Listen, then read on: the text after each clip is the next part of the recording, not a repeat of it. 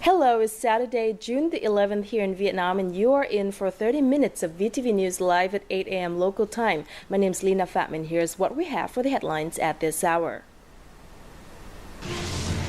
The 26th Global Summit of Women opened in Warsaw, Poland on Thursday. Vietnamese Vice President Dr. Ngọc Thịnh attended the event as one of the international leaders speaking out for women. And the second international workshop on sea-related issues held in Hạ Long City, Quảng Ninh Province. And later on in this week's Culture and Lifestyle, we'll take a listen to the crackly sound of good old vinyl records and how they're attracting Vietnamese listeners. Top news of the hour. Vietnam Fatherland Front President Nguyễn Thiện Nhân presented the country's achievements in the reform process, which started in 1986 at the workshop held in Oslo, Norway on June the 9th. The event was organized by the Vietnamese Embassy in Norway and the Norwegian Institute of International Affairs. The VFF had stressed that Vietnam has built the infrastructure system needed for socio-economic development, serving its industrialization and modernization targets. The country has maintained stable economic growth, helped improve living conditions for the people, and created development momentum for all sectors. He also highlighted the crucial role played by enterprises and entrepreneurs in realizing the nation's development goals. At the workshop, President Nhân also replied to questions on Vietnam's economic orientations, Vietnamese-Chinese relations, and Vietnam's view on the settlement of issues related to the EC. We joined and we signed a cooperation with European Union. The 26th Global Summit of Women opened in Warsaw, Poland on Thursday. Themed Women Building an Inclusive Economy in the Digital Age, the summit highlighted opportunities as well as challenges women are facing in digital economies. Vietnamese Vice President Dr. Ngọc Thịnh attended the event as one of the international leaders speaking out for women. Currently, around 5 billion people use mobile phones, over 3 billion use the internet. No one can deny the tremendous role of the digital technology in the development of economy in terms of productivity and service quality. However, digital technology is also posing challenges for developing countries which are lagging behind, and particularly how to help women in the digital age is also a thorny question. That is not the case in the United States or in Western Europe, where we don't have enough young women with STEM training, nor do they find jobs in those fields. So the young tech women that you met, earlier, that's just the tip of the iceberg. There are literally thousands of them, thousands of these millennials who are savvy, doing all kinds of businesses that, we could just dream about. I mean, did you think when you were 20 whatever that you could create a filter, whatever that thin film is that Olga Malinkovich mentioned earlier, that would make solar energy affordable and accessible? 26, what were we thinking of? Representing Vietnam, Vice State President Thịnh briefed participants on Vietnam's achievements on gender equality, as well as the country's policies to raise the positions of women and encourage them to involve in all fields of the society. Vietnam has issued many policies and deployed multiple solutions to improve the position of women in society. We have focused on improving the quality of women's resources, attracting investment in agriculture and rural areas in order to create local jobs, especially for women workers, ensuring gender equality through development policies. With the efforts of women in Vietnam, we can say that Vietnamese women have and will continue to contribute positively to the development of a comprehensive economy in the digital age.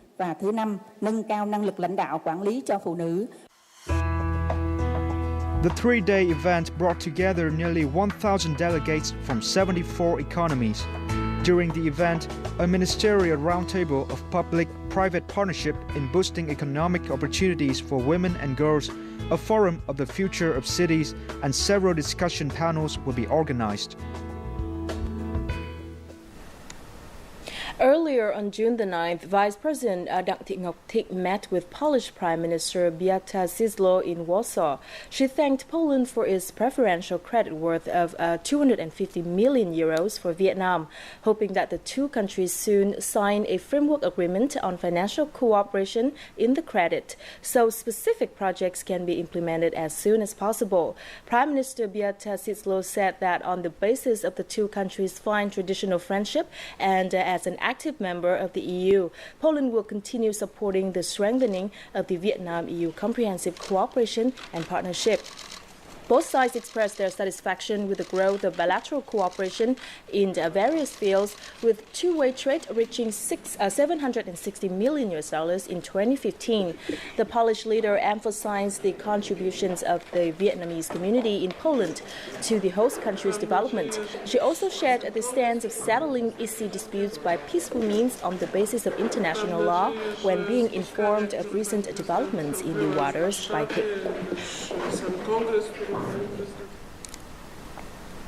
The 2016 United Nations General Assembly high-level meeting on HIV/AIDS took place from 8th to the 10th of June at the UN headquarters in New York.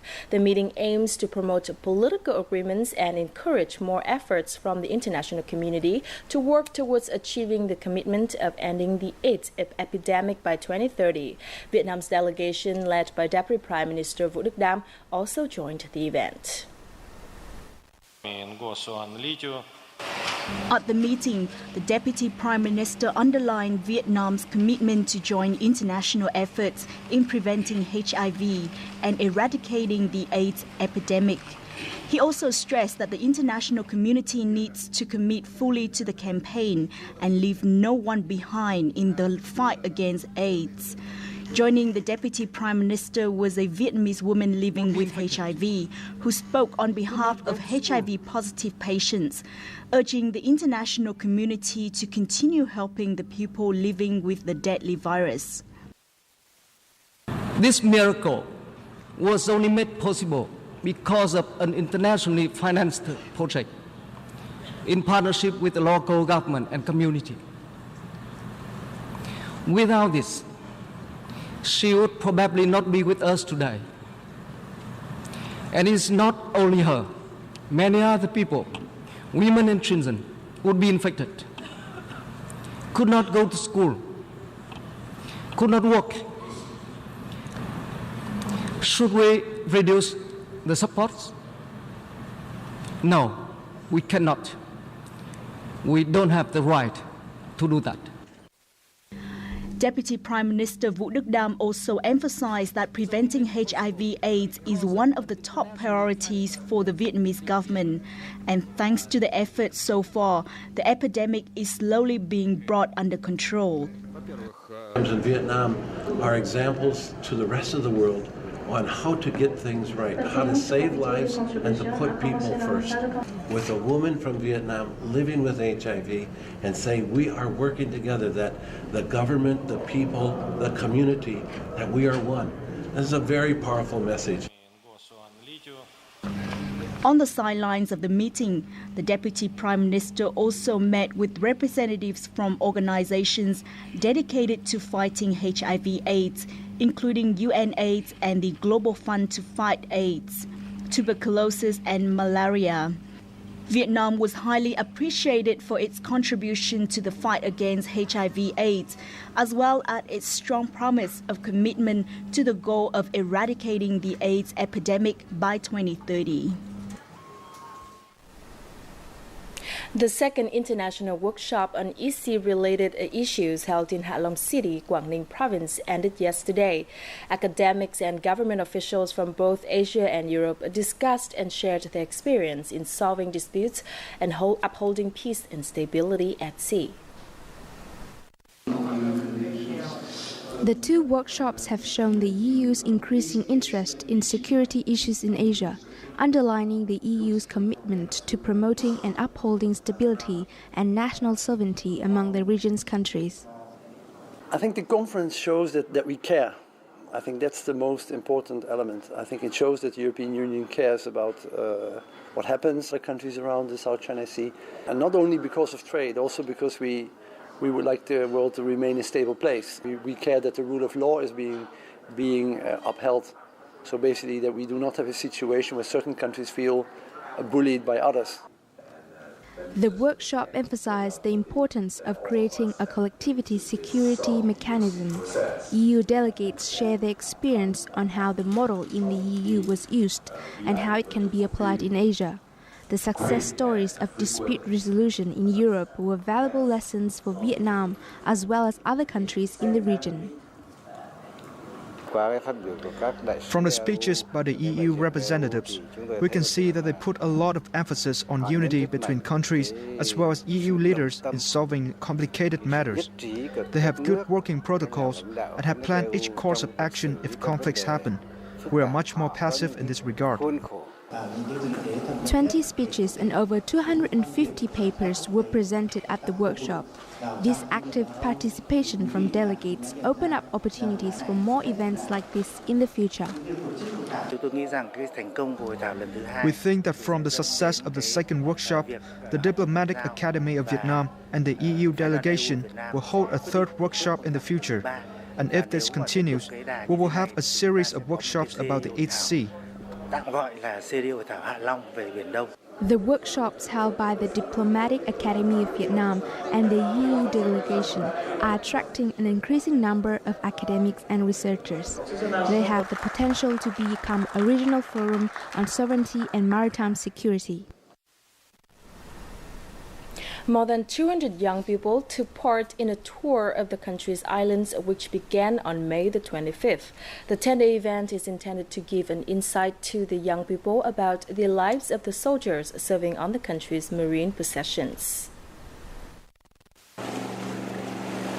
All members in the program have had a 10-day journey to experience daily life at sea, including visits to islands in the Spratly Archipelago and marine platform DK1. The tour is intended to convey the challenges and harsh conditions soldiers have to face every day when on their tours of duty. I feel very proud of the soldiers here and love our country more than ever. I want to send the meaningful messages of the program to other Vietnamese youngsters. I feel very moved with the meaningful activities related to the islands.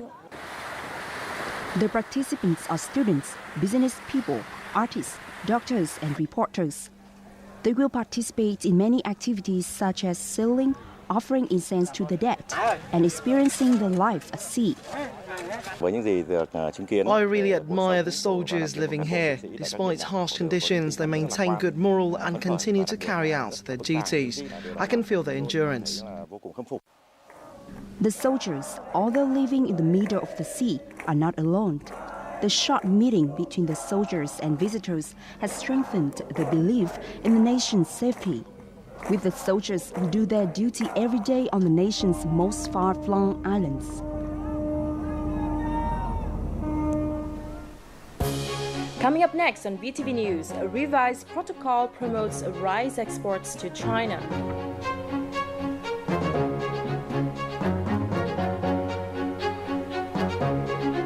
And later on, we'll take a listen to the crackly sound of good old vinyl records and how they are attracting Vietnamese listeners. Stay tuned. Exotic Vietnam is an intriguing blend of many charms. This land is where all manner of stunning landscapes await like a visual feast, rivaled only by the beauty of its people and their abundantly rich tradition and culture. Here is where you can relive the past in richest color or live it up in the bright lights of the big city. With so much more to offer, Vietnam is simply unforgettable. Welcome back to VTV News. The protocol on planned quarantine for the Vietnam's rice sold to China is seen as the first legal framework that will help boost rice trading between the two countries. What regulations will Vietnamese enterprises have to follow, and what benefits could the protocol bring to domestic firms? We'll take a look in the following report. The regulation on rice export to China through official channels is one of the most important terms of the protocol on planned quarantine for Vietnamese rice sold to China. Businesses need to meet the requirements of both Vietnam and China and are licensed by the agricultural agencies of the two countries. The protocol helps to reduce rice exported to China through small traders or by other unofficial methods. We will have fair competition with China in terms of rice export quality. The protocol not only reduces small rice exports, but also resolves the quality control difficulties. According to the Ministry of Agriculture and Rural Development, there will be 9 companies in Vietnam that carry out the assessment. It is expected to set out good conditions for Vietnam's rice export businesses. After the signing of the protocol, rice prices would be more competitive and quality should be higher. China is currently Vietnam's largest rice importer with over 30% of market share. The signing of the protocol is expected to open more opportunities for Vietnam's rice in China's market. As the tourism sector grows and the variety of cultural activities begin to more densely span Vietnam, the impact on the local environment and community must be taken into high consideration. The following report takes a look at measures that the Ministry of Culture, Sports and Tourism are taking to raise awareness on this issue. This is a course on environmental protection. It provides basic knowledge on methods of trash collection, disposal, placement of bins, as well as signs to remind travelers. Participating in the course are managing staff members and representative agencies and businesses working in the field of culture and tourism services. The course hopes to help staff contribute to the preservation of the environment on which their services are being offered.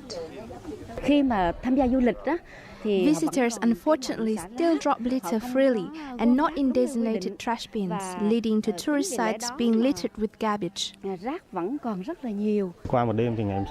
takes only one night and the next day you'll see. The site will already be littered with garbage. We have regular trucks to come pick up the bins, but the tourists don't use the bins. It's very frustrating. These images have become haunting to many of the industry. While there have been many programs to raise awareness and also regulations put into place to protect the environment, tourist sites and cultural festivals still face negative experiences and impact. This is due not only to low awareness among visitors, but also a lack of determination on the part of authorities. With courses such as this, the Ministry of Culture, Sports and Tourism looks to impact change starting at the management level. Creating an environment to foster good manners in tourism is important. Authorities can help to maintain clean restrooms and an abundance of trash bins to have visitors cooperate. Eventually, they understand the importance of environmental protection to the sites they are visiting. A clean and green environment is a much desired scenario, particularly when one is on vacation. This can only be achieved and maintained if a level of awareness is established. Efforts to learn more, beginning from the management staff of these sites, will contribute in the long run to building a more well-informed tourism culture. Top 30 candidates from the Southern Regional qualifying round of this year's Miss Vietnam Beauty Contest will take part in the pageant final on the 12th of June at Hoa Binh Theatre in Ho Chi Minh City. This is the first year all 3 final rounds have been broadcast live. The final night of the Miss Vietnam Beauty Pageant 2016 will be held in Ho Chi Minh City on August the 27th. Korean singer B. Rain will perform at the event, started in 1988. Miss Vietnam is one of the most prestigious beauty pageants in the country. The winner of the contest will have a chance to be a representative of the country to take part in international beauty pageants.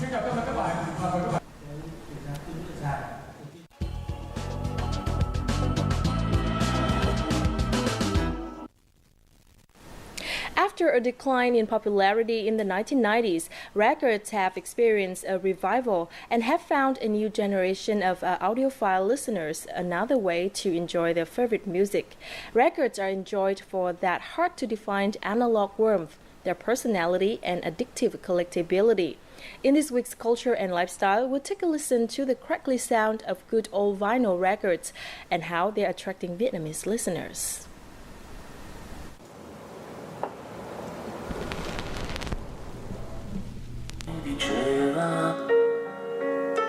Io sto bene con te, qui nel letto con me. These melodious sounds come from a small corner in the house of Trần Thọ Lâm, who has fallen in love with vinyl for more than 60 years now. Just give me one chance, please. In 1962, my father brought a record player from the Soviet Union. I became familiar with vinyl since then. His addiction was due to his father's like for record collecting. But he now has hundreds of vinyl records, mainly from Europe and America. Some of the records date back a few decades. They are also rare to find today, such as records by Paul Moriarty, Black Sabbath or Metallica. Lâm believes apart from digital music collectors, people who collect vinyl records often know about audio. Cái đĩa than ấy, là nó tái hiện âm thanh rất tốt. Đĩa than nếu mà bạn chơi đúng của nó.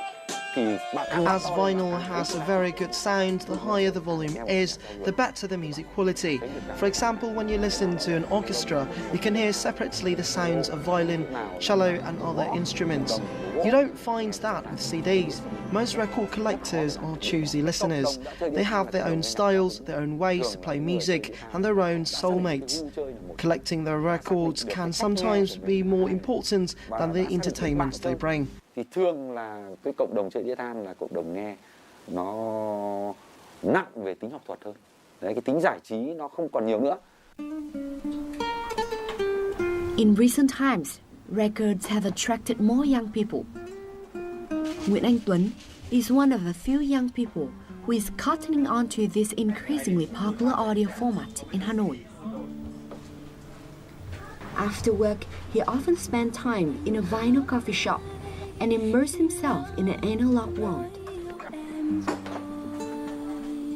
Lần đầu tiên mà đặt được cái kim xuống đĩa than để chơi, cảm giác rất là. I still remember how happy I was the first time I played a vinyl record. This was a glamorous sound which I had been seeking for a long time. When playing digital music, I couldn't find the musicality of music. However, I found it in vinyl. Thì khi mà nghe đĩa than thì tôi có thể cảm nhận được cái nhạc tính của âm nhạc. Record collecting is seen as a precious hobby. This is evident in the way collectors remove the vinyl from the protective sleeve, lay it down gently in the turntable, or repair the cartridge and stylus. For some professional audiophiles, how to choose a suitable stylus is the most concern. Cái kim tết này, cái cartridge để nghe đĩa than. There are two types of stylus, moving magnet and moving coil. MC styluses are more sophisticated. It is used for remixed, classical and chamber music. As for it predated MC and suitable for jazz, rock and vocal genres. Players have to know how to use it right to ensure the quality of sound. Thì nó là thích hợp để nghe nhạc jazz, nhạc rock, đặc biệt là rock. Some people are happy enough keeping their record collections to themselves. Some gather in a forum with both old and young people. No matter what music they play, they still enjoy their feeling of exclusivity. I can listen to the most authentic sound, the original analog sound. You should have a relaxed mind and a relaxed style to enjoy it. Vinyl brings people a slow life and help them to listen to music in a friendly way. It requires us to be careful. Vinyl is the most simple, the most emotional and natural audio format that I know. Về âm nhạc.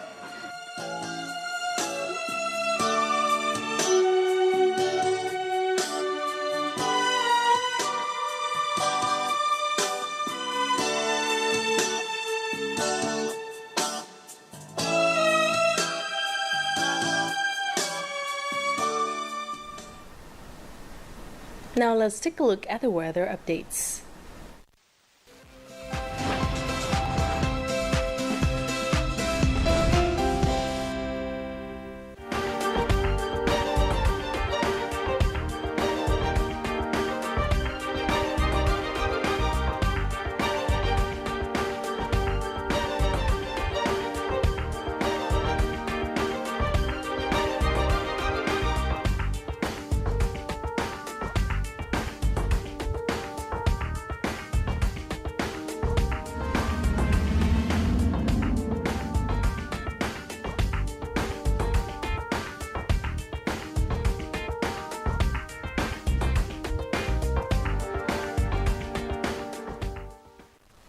And that's all we have for this edition of VTV News. Thank you very much for being with us. Feel free to log on to vtv4.vn or youtube.com/vtv4go for other updates, or catch us again at 3 p.m. local time. I'm Lina Pham from VTV International. For now, goodbye from Hanoi.